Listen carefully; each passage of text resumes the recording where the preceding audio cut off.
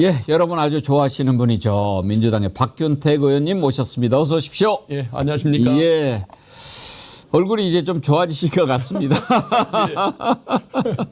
오늘 좀 뵙고 싶었는데 여쭤보고 싶은 게 많거든요. 예. 먼저 지금 국정기획위원회 예. 정치행정분과에서 활동하고 계시지 않습니까? 예, 그렇습니다. 그 일로도 엄청 바쁘실 거고 또 특검 관련된 것도 여쭤보고 싶고 그러는데 먼저 이번에 검찰 그 보고를 봤는데 예. 중간에 중단하셔 버렸죠. 예예. 왜 그러셨어요? 그 위원장께서 결정하신 건데 예. 그 대통령 말씀에 나와 있었던 여러 가지 내용 또 정책 공약집 또 직접 문서로 발간했던 내용들 여러 가지 공약이 있는데 예. 그중에 중요한 것들이 다 빠지고 일부만 들어가 있었던 겁니다. 그래서 이게 어떻게 된 거냐. 이게 왜 이렇게 그 대통령님의 그 공약에 대한 분석도 제대로 안 돼 있고 예. 답도 없느냐 이렇게 해서 이제 중단을 하기로 했는데 검찰 쪽이 나중에 그 해명한 바에 의하면 그 전달받기를 이 책자에 나와 있는 이 내용에 대해서 보고하라고 이렇게 전달받았다는 겁니다. 머리 좋은 사람들이 그 말이 됩니까 그게? 그러게요. 그래서 나머지 부분에 대해서는 준비를 못했다고 그렇게 아니 그러니까 이제 준비는 했지만 예. 따로 책자에다 넣지 않았다는 건데 나중에 보니까 준비는 돼 있는 것 같습니다. 그런데 그게 다른 부처는 왜 그런 실수가 없는데 검찰만 그런 실수가 예. 있는 거냐. 우도적인 거 아니냐라고 이제 오해를 하는 것인데 진상은 저도 정확히는 잘 모르겠습니다. 그렇지만 아마 이제 화요일 날 보고서를 보내오고 수요일 날 다시 보고를 받을 텐데 그때 그 내용을 보면 이게 어떤 성의가 근본적으로 있었느냐 없었느냐 그걸 확인할 수가 있을 것 같습니다. 그 위원님들 중에 이제 검사 출신도 계시고 아닌 분도 계시고 그러시겠지만 우리 또 박 의원님은 고검장 출신이시지 않습니까? 이렇게 딱 보고를 받으면서 이놈들이 정신을 차렸구나 못 차렸구나 딱 아실 거 아닙니까? 어떠시던가요? 법무부는 그래도 그게 충실하게 하려고 나름 노력한 정성이 느껴지는데 예.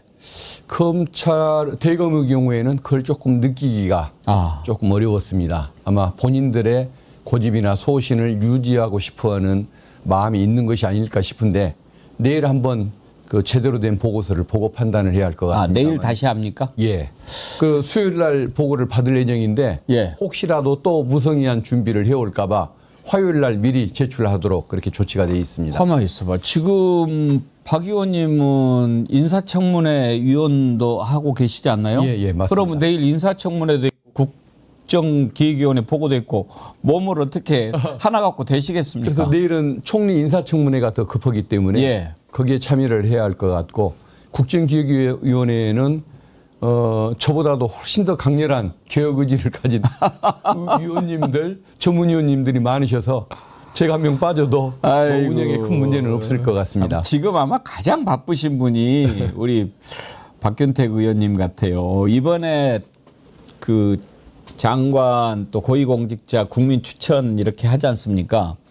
제가 이렇게 듣기로는 박균택 의원님이 법무부 장관 하셔야 된다라고 하는 추천이 꽤 많이 올라온 걸로 들었거든요. 들으셨죠? 예, 그 주변에서 추천할까 묻는 분들한테는 하지 마라라고 얘기했는데 왜 그러셨어요? 의견을 안 묻고 올린 분도 있나 봅니다. 민주진영에 뭐 저보다 나은 분들이 훨씬 많지 않습니까?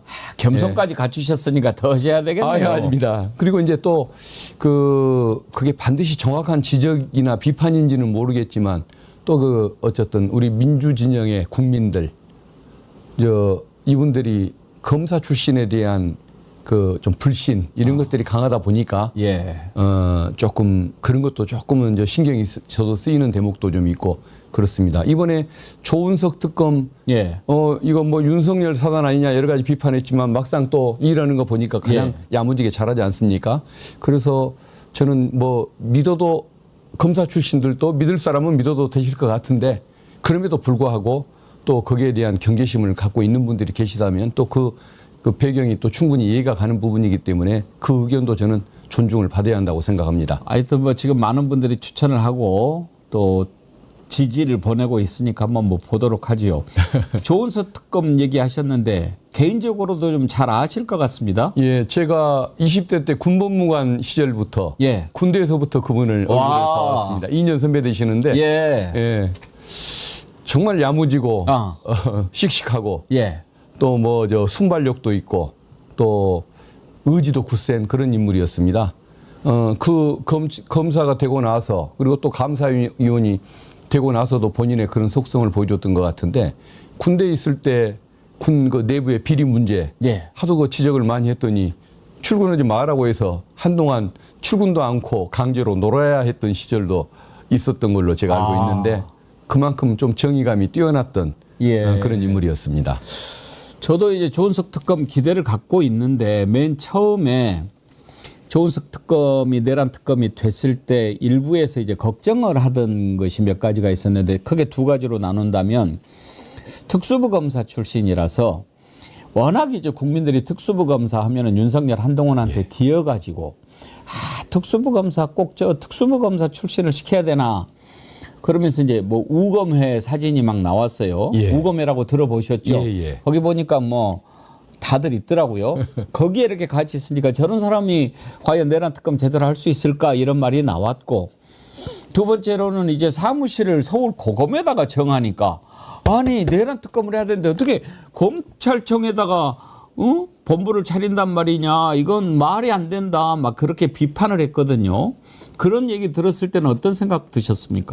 저는 이제 그 사람에 대한 신뢰가 그만큼 중요한 것 같습니다. 예. 사실은 검사 출신에 대한 불신을 갖는 분 입장에서는 그 우려가 저는 정당하다고 봅니다.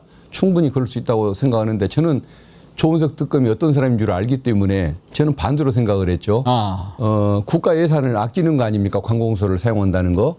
또 그 예산을 절약하는 측면이 있고 더 중요한 것은 아마 본인이 언론에 통해서 알려진 바에 의하면은 보안 사항이 많지 않습니까? 내란 사건이다 보니까 더구나 또 외환 사건까지 대북 문제까지 수사 대상으로 삼을 수밖에 없는 상황에서 민간 건물에서 했었을 때 오는 그 보안 침해의 문제 그런 그 국가 안보의 문제까지 생각을 해서 그런 깊은 생각을 했던 것 같은데 그래서 저는 그런 부분을 충분히 인정을 하는데 또 오해하시는 시각도 충분히 분명히 근거는 있는 것이고 그래서 아마 본인이 나중에 과정과 결과로서 보여주면 그런 오해는 불식될 걸로 생각합니다. 저는 그런 걱정하고 오해했던 소리가 김용현 바로 이렇게 추가 기소하는 걸 보면서 딱 풀렸다고 생각이 되거든요.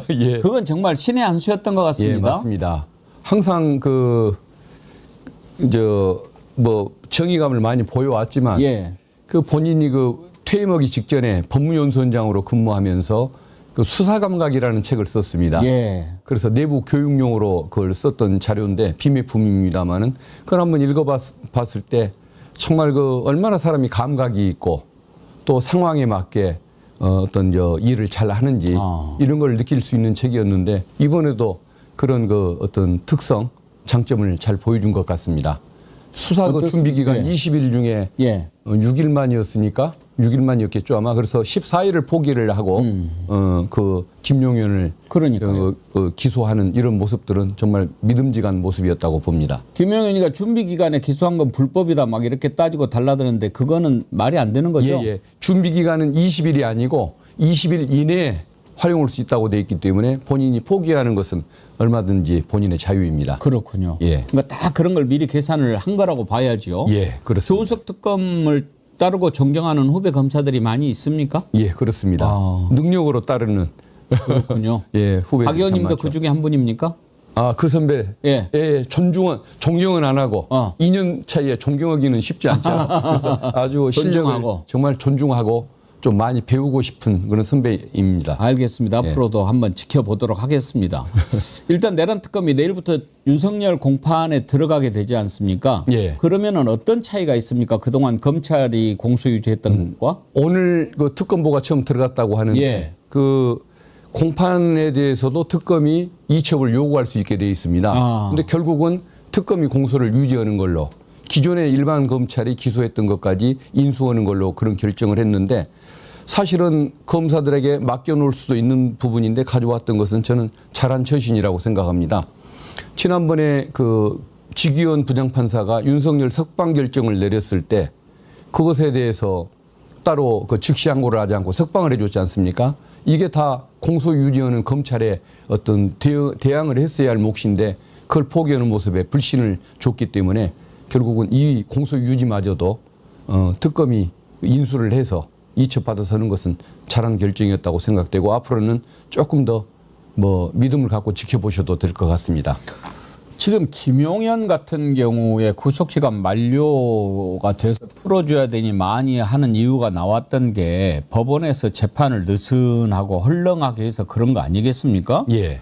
지금 윤석열도 일주일에 한 번씩 하고 있는데 이런 것은 재판부가 결정합니까? 아니면은 공소를 유지하고 있는 검찰이나 이런 쪽에서 이거 좀 또 빨리 하자 막 이렇게 하고 그러면은 좀 일주일에 더 여러 번 집중 심리도 하고 있고 그럴 수 있지 않습니까? 예, 박근혜 대통령 경우에는 그 이틀에 한 번, 사흘에 한 번씩 재판을 했지 않습니까? 그런데 이건 일주일에 한 번씩 하지 않습니까? 그래서 이것은 재판부가 조금 더 열심히 하지 않은 그런 잘못이 있는 것 같습니다. 그러니까 구속기간이 6개월밖에 1심의 구속기간이 6개월밖에 안 되기 때문에 그 6개월을 기준으로 생각을 해보면 지기현 판사가 김용현 피고인을 풀어주려고 했던 조치 이것은 잘못은 없는 것 같습니다. 법적으로 보면. 다만 문제는 왜 6개월 안에 재판을 빨리 끝내려고 노력을 안 했느냐. 그렇죠. 이게 비판을 받아야 할 부분인 것이겠죠. 그래서 지금 이렇게 된 거 아니겠습니까? 예. 오늘 지금 실질 심사를 오늘 하는 거죠? 예, 맞습니다. 어떻게 예상하십니까? 아마 당연히 발부를 할 겁니다.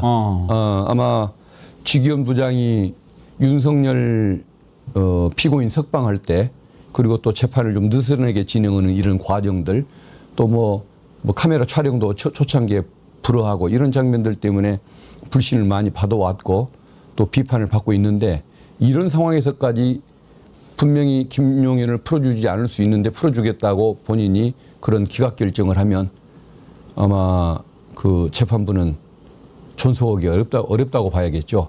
아마 국민의 눈이 무서워서라도 아마 당연히 합리적인 결정을 할 것 같습니다.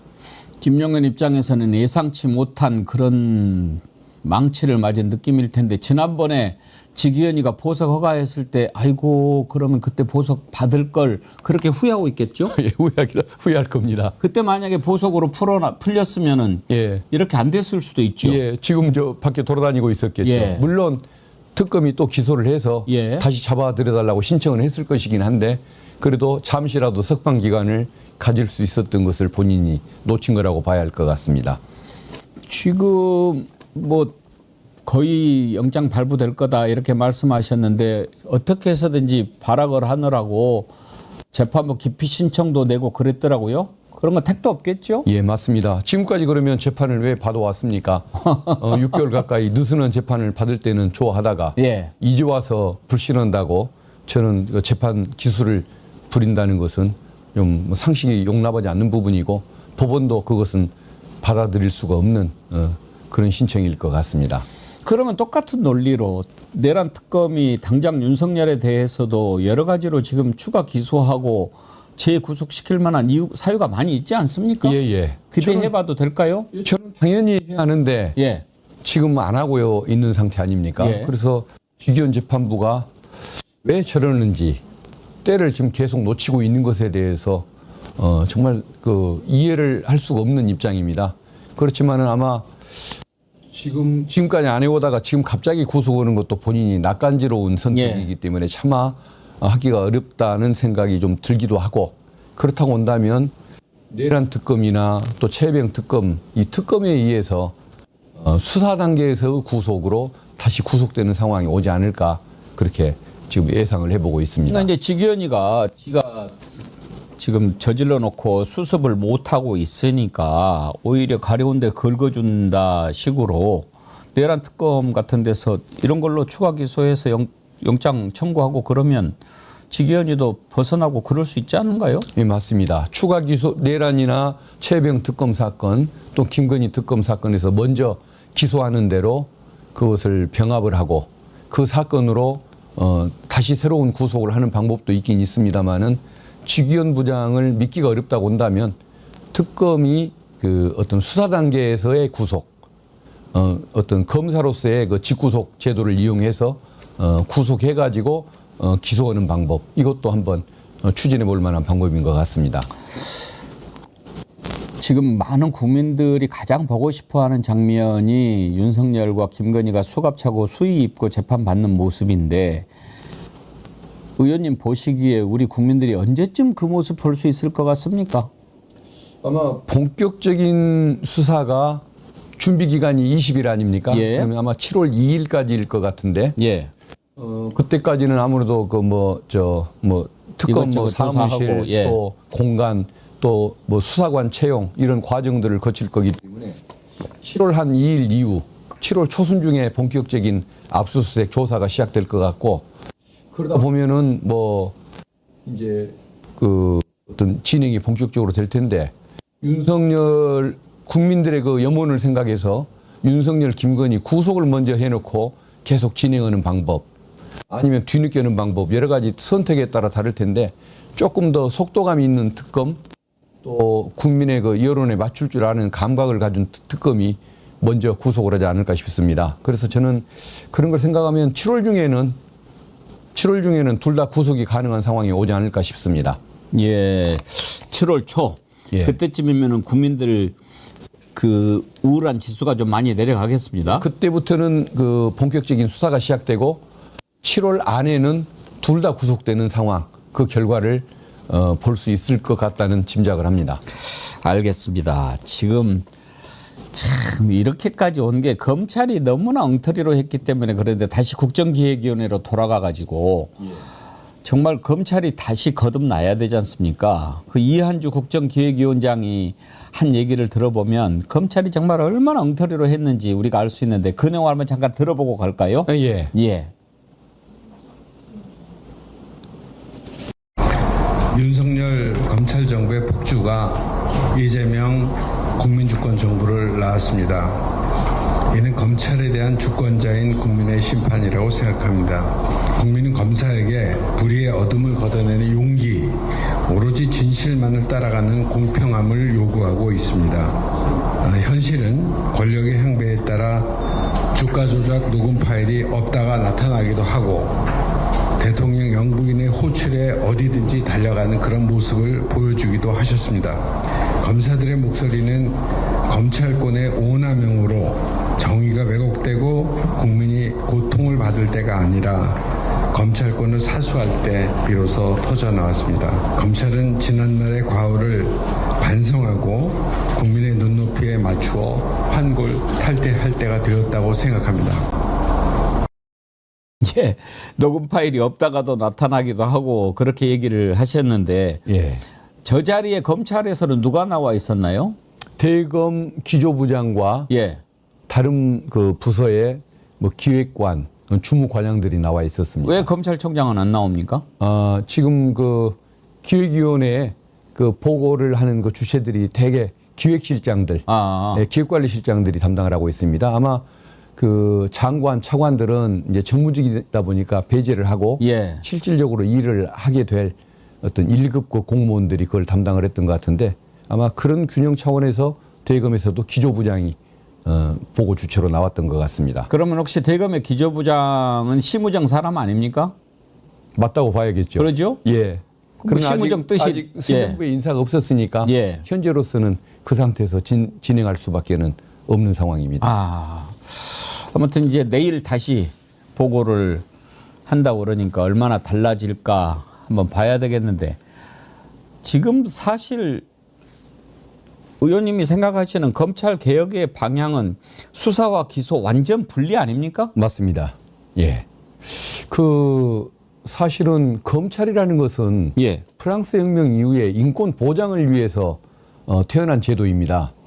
그러니까 재판과 수사 기소의 분리를 위해서 태어났던 것이고 그 수사와 기소가 분리되는 그 모습을 보면 검찰은 당연히 기소를 하고 그리고 이제 어떤 실제 수사는 경찰 중심으로 하게 돼 있는 거 아닙니까?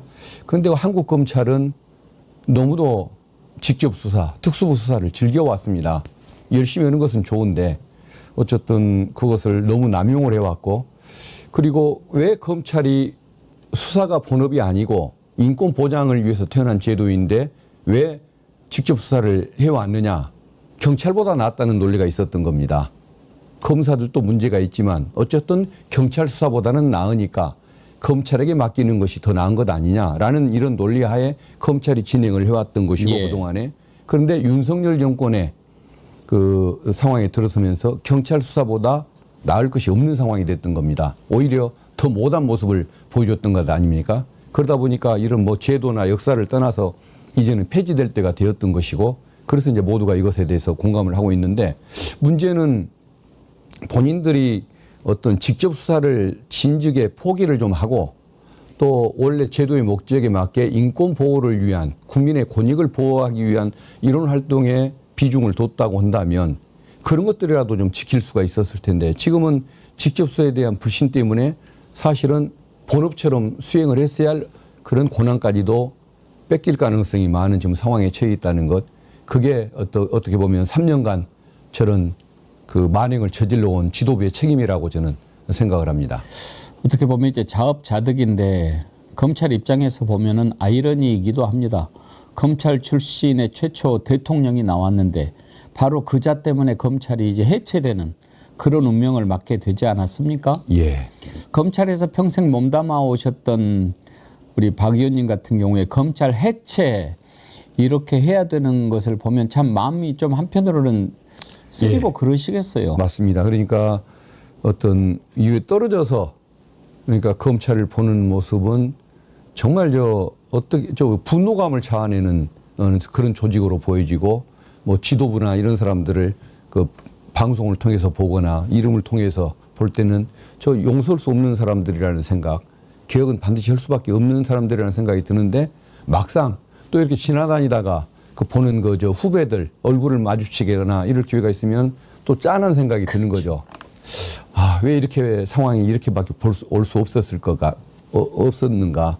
결국은 선배들이 지은 그 큰 죄악 때문에 사실은 그 어떤 죄에 과담하지 않은 사람들까지도 어떤 그 자기 자신이 그 지켰어야 할 그런 대목까지도 지금 위협을 받는 상황이 됐기 때문에 조금 어떻게 보면 안쓰러운 생각도 동시에 또 드는 것이 현실이죠. 그러면 지금 확실하게 이제 안이 정해져 있지는 않겠습니다만은 현재 흐름은 검찰청이라고 하는 이름이 사라지고 수사와 기소를 완전히 분리한다고 하면 지금의 대검찰청은 공소청 예. 뭐 이렇게 바뀌게 되는 겁니까? 예, 그렇습니다. 아, 예. 그리고 모든 수사, 지금은 이제 일부 수사만 하고 있는데 모든 수사에서 검찰은 다 손을 떼게 되는 겁니까? 맞습니다. 예. 검찰청이 두 개로 쪼개진다고 보면 될 것 같습니다. 예. 본류는 공소청으로 남게 되고, 예. 그리고 수사는 중대범죄수사청이라는 곳에 다 내주고, 수사를 하고 싶거든 그쪽에 본인들이 지원을 해서 수사관으로 채용된 다음에 수사관의 이름으로 일을 하고, 검사라는 명칭은 사용할 수가 없는 그런 상황이 됩니다. 그렇게 되면 혹시 세계적으로도 수사와 기소를 완전히 분리하고 있는 그런 나라들이 많이 있습니까? 수사와 기소는 분리되어 있는 경우가 다수이고, 검찰이 직접 수사권을 행사하는 경우도 간혹 있는 상태입니다. 그래서 지금까지 그 간혹 있는 그런 상태나 또 이 법제도를 이용해서 검찰 수사권을 해왔던 건데, 지금은 이제 간혹 일부 또 중요한 사건에 하나여 뭐 행사하던 그것도 이제 완전히 폐지하자는 것이 현재 입장인 것이죠. 그래서 그 어떤 민주진영의 국민이나 민주당의 의원들이나 대통령님 생각이나 수사와 기소는 완전히 분리한다, 이 부분에 대해서는 뭐 확고한 의지가 있고 또 공약으로 이미 내놨기 때문에 그것은 피할 수가 없는 그런 운명이라고 봐야 할 것 같고, 다만 이제 어떤 그 국민의 권익을 지키기 위한 그 어떤 부수적인 권한들이 있을 거 아닙니까? 예. 뭐 검찰의 불기소, 활동 중에 예. 경찰이 불기소 처분 의견인 것을 경찰이 끝내게 하느냐, 네.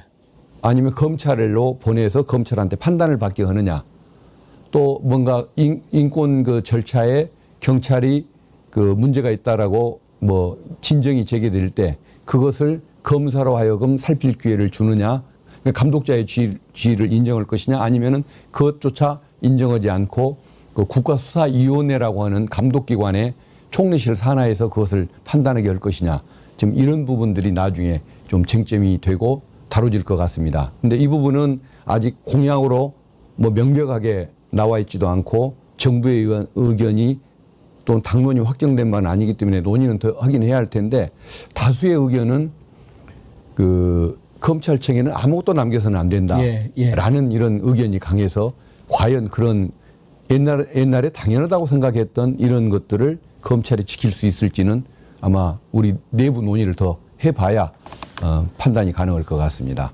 사실은 검찰이 이렇게까지 잘못하지 않았으면 수사를 완전히 분리하는 것이 좋은지 거기에 대해서는 좀 이견이 있을 수는 있다고 봅니다. 그러나 이제 우리 헌법에 기소는 검사가 하도록 되어 있기 때문에 헌법을 바꾸지 않는 한 완전히 기소까지 뺐을 수는 없는 거고 수사라도 일단 분리를 해서 지금 하자 이런 거 아니겠습니까?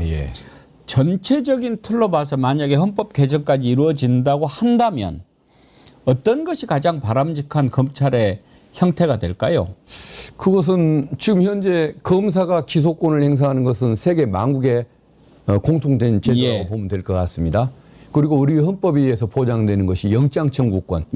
그러니까 경찰이 직접 청구를 못하고 검사의 손을 거쳐서 판단을 받도록 헌법이 규정하고 있는데 이 두 가지 이게 지금 이제 핵심적인 권한인데 기소권을 검사가 갖는 것은 세계 만국의 어떤 공통된 제도라 손댈 일이 없을 것 같고 헌법을 개정한다고 한다면 과연 영장 청구권을 검사한테 인정할 것이냐 그건 아마 지금 분위기라고 한다면 아마 경찰의 손으로 넘어갈 가능성이 많을 것 같습니다. 영장 청구권도? 경찰이 알아서 하는 걸로.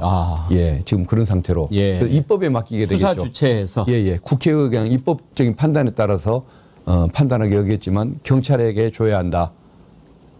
이런 쪽으로 갈 가능성이 많은 지금 그런 상태라고 보여지고 나머지 이제 불기소 처분권을 누구에게 줄 것이냐, 인권 감독자의 지위를 검사에게 줄 것이냐, 아니면 행정부 내에서 알아서 해결하게 할 것이냐, 이런 부분은 나중에 이제 입법 사항이기 때문에 당과 또 정부와 또 국민 여론 이걸 봐가면서 결정을 해야 할 문제입니다. 엄청난 대변혁이 일어날 거다 이렇게 생각하면 되겠군요. 맞습니다. 알겠습니다. 이제 내일부터 김민석 총리 후보자 인사청문회 이틀간 실시가 되는데 지금 뭐 나오는 의혹이라고 하면은 뭐 재산 관련된 거 이것도 지금 주진우 의원 혼자만 저렇게 떠들어대고 있는 것 같고 그다음에 이번에 송원석 원내대표가 이재명 대통령 만나가지고 너무 좀 과하게 지금 행동을 하는 것 같다 이런 정도? 두 가지 말고 민주당에서 이제 말하자면 좀 디펜스를 해 주셔야 되잖아요. 뭐 좀 신경 쓰이는 부분이 있습니까? 그 어떤 뭐 국힘에서 많은 의혹을 제기하고 그러지 않습니까? 특히 주진우 의원. 그 부분에 대해서 어쨌든 김민석 그 후보자가 어쨌든 거기에 대해서 지금 해명을 계속 하고 있고 또 그 국회에서 다 소명을 하겠다라고 얘기를 하고 있기 때문에 그런 그 소명의 기회가 충분히 보장되도록 저희들은 노력을 해주고 또 이 어떤 그 정부의 성공을 위해서는 당연히 또 지키는 노력이 필요하지 않겠습니까? 사실은 이 내용이 어떤 의문의 여지가 있는지 없는지는 청문회를 한번 지켜보면은 다 아실 수가 있는 부분인데 제가 보기에는 어떤 가족관계 문제나 뭐 여러 가지 이런 것들은 아무런 문제가 본질적으로 문제될 사항이 아니라는 생각이 들고 다만 이제 어떤 왜 채무가 많았느냐, 왜 저 빌리고 오랫동안 안 갚았느냐 등등 또 어떤 비공식 소득들 뭐 있을 거 아닙니까? 뭐 세비 외에 뭐 출연료라든가 출판 뭐 이런 것들로 뭐 갚았던 것이 제대로 설명이 되느냐 이런 여러 가지가 있는 것 같은데 기본적으로 이것은 저는 김민석 후보의 죄를 굳이 찾자고 한다면 가난한 죄, 채무를 비롯한 이 가난한 죄라고 봐야 할 텐데 가난이 죄인 것은 맞습니다만은 그 가난이라는 것은 어떤 법적인 범죄도 아니고 도덕적인 범죄가 아니지 않습니까? 맞지 않죠. 현실적인 고통을 받는다는 자기 운명상의 어떤 이런 고통을 우리가 죄라고 표현하는 것인데 그런 부분들은 좀 이해하는 시각으로 우리가 좀 봐줘야 하는 것이 아닐까.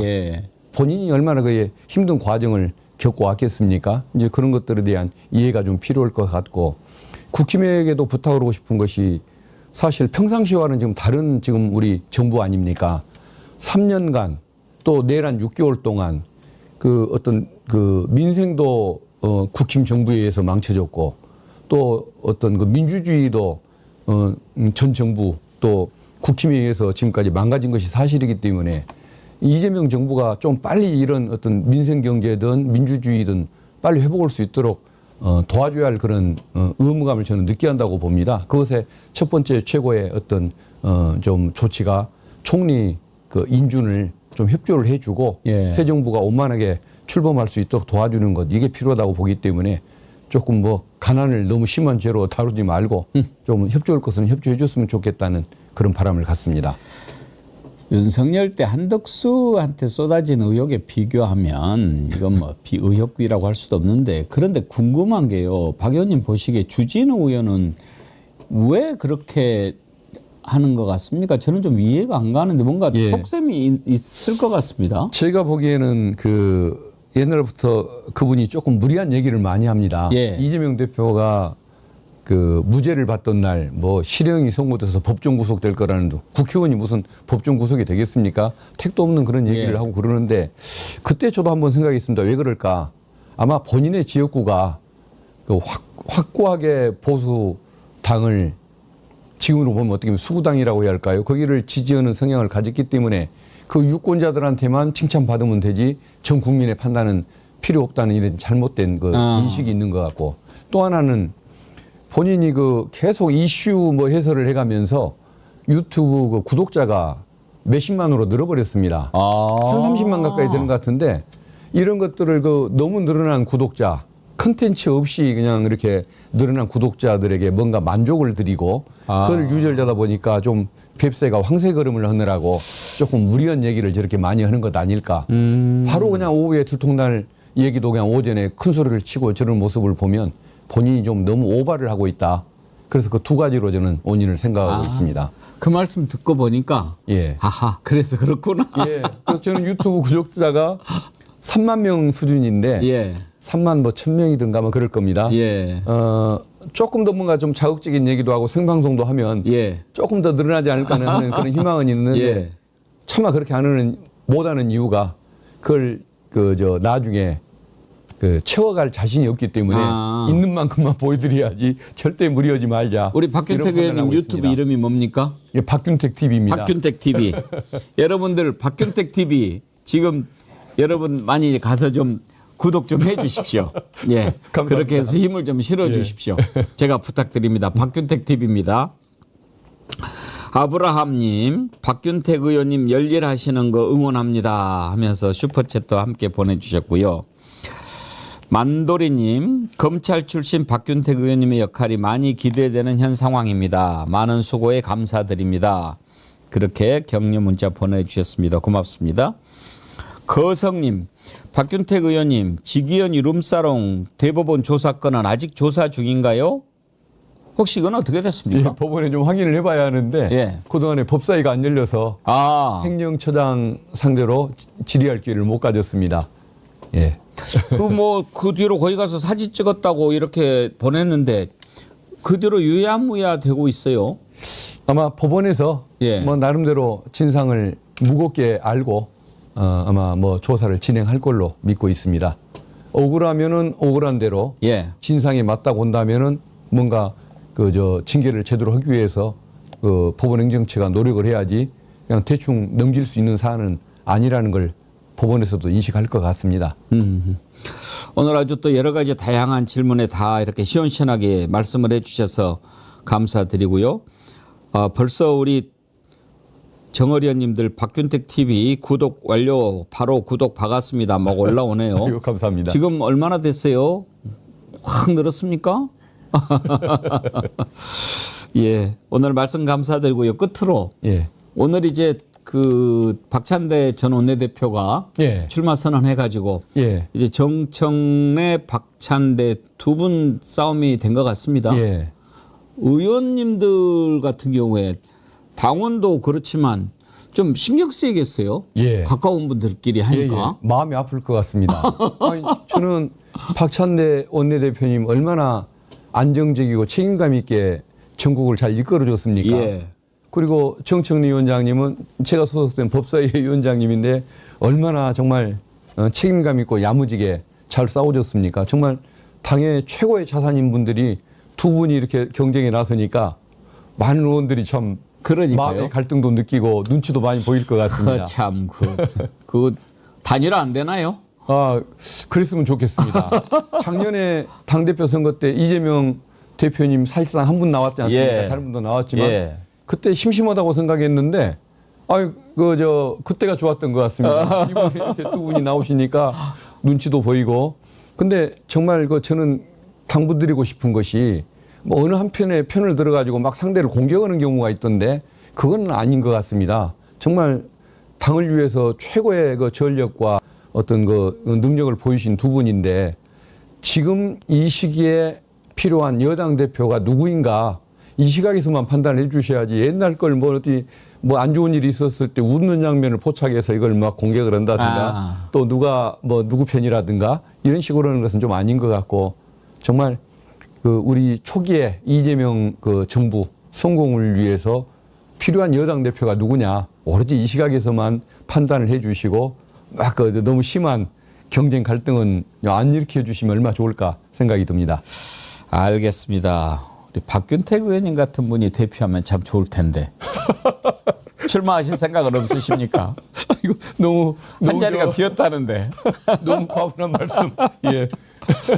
예. 오늘 말씀 감사드리고요. 제가 아까 말씀드린 대로 지금 박균택 TV 구독자 바로 300명 늘었습니다. 아, 예. 감사합니다. 예. 고맙습니다.